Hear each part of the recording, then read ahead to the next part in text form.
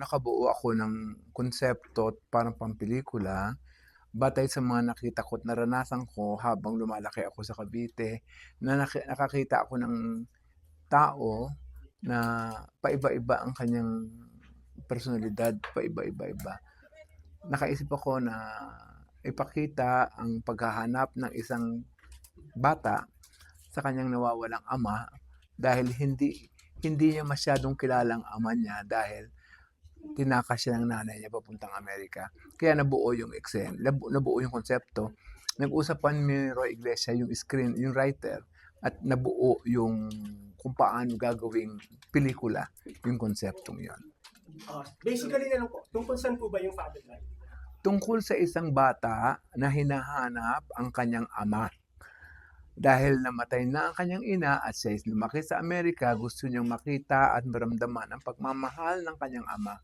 Kaya iniwanan niya ang mga gawain niya sa Amerika at meron siyang maliit na business sa Amerika ng home care at bumalik sa Pilipinas at hinanap niya ang kanyang ama.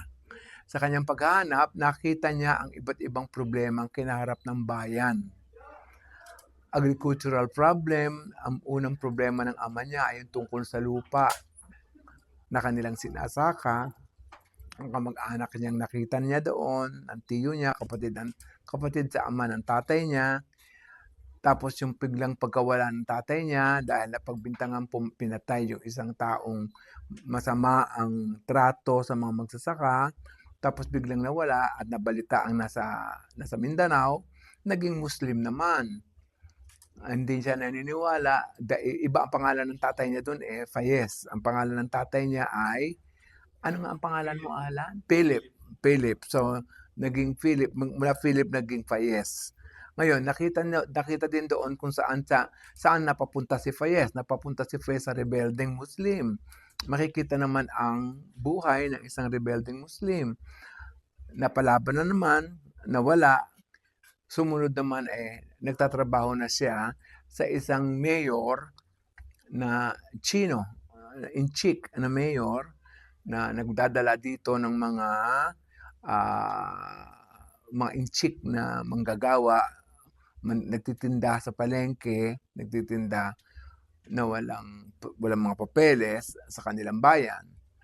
Naging bakla naman siya doon at siya nag-spy kung ano ang ginagawa ng mga inchik na yon at ni-reveal niya yon.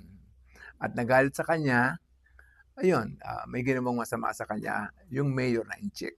Yung problema ng bayan, like the agricultural problem, the rebelde problem, and then the illegal recruitment problem, the coming in of the foreigners in the Philippines na sinasanction, the increase in the number of Chinese invaders in the country.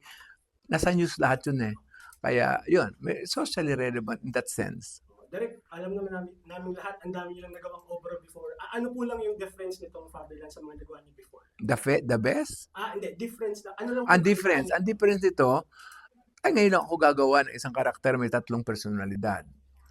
Ngayon lang ako gagawa ng ganoong karakter at miski yata, hindi, meron nang nauna na gumawa niyan. Pero ngayon lang ang gagawa ng lalaki. Dati kasi meron babae Init sa magdamag ni Loris, meron ng ganyan before. Ito, kauna-unahan si Allen bilang nalalaki na merong ganoon. At nagpakita ng social issues. Kaya gusto kong ipakita sa tao ito. Mas naging madali po ba yung trabaho kasi kasama niyo sila Miss Cherry Pie, sila Mercedes, Oo. sila Allen? Matagal ko na naman silang na-direct ko na lahat ng tao doon sa pelikulang yun. Na-direct ko na before. So, alam na namin ang lengguwahe ng bawat isa. Without me talking, alam na nila kung ano ang tama at kung ano ang mali. So direct ilang months siya shoot bago matapos? Hindi, days lang ang shoot nito. So, ilang days? 7 days ba ito, Den? 13 days. 13 days namin natapos ito. Kasama na po din yung post-prod? Hindi. May 2 weeks post-prod. 13 days po yun. 13 days shoot. 2 weeks post-prod. Last na po, yung block screening din po natin tsaka yung showing. Inaanyayahan po namin kayong lahat na manood ng Fatherland. Showing kami sa April 19 sa lahat ng teatro cinema houses dito sa Pilipinas at meron po kaming invitational celebrity screening sa April 22 sa Gateway.